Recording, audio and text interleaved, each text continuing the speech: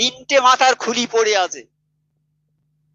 ওখানে গেলেন আমার নবী পাক, তাহলে সাহাবারা কয়েকটা কাঠি নিয়ে এসো।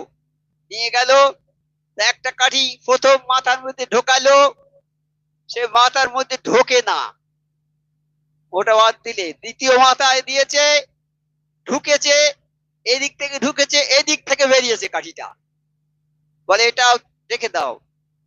তৃতীয় ব্যক্তির কানে কাঠিটা ঢুকিয়েছে, ঢুকিয়ে মাঝখান পর্যন্ত গিয়ে আটকে গেছে, আর যায় না। সাহাবারা বলছে আল্লাহ নবী, এর হকিকতটা কি?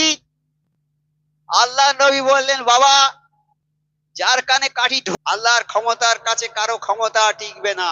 আল্লাহ সবার চেয়ে ক্ষমতাশালী, সারা পৃথিবীর মধ্যে সর্বশ্রেষ্ঠ ক্ষমতাশালী, আসমান এবং জমিনে যেখানে যত কিছু সবার উপরে আমার আল্লাহ।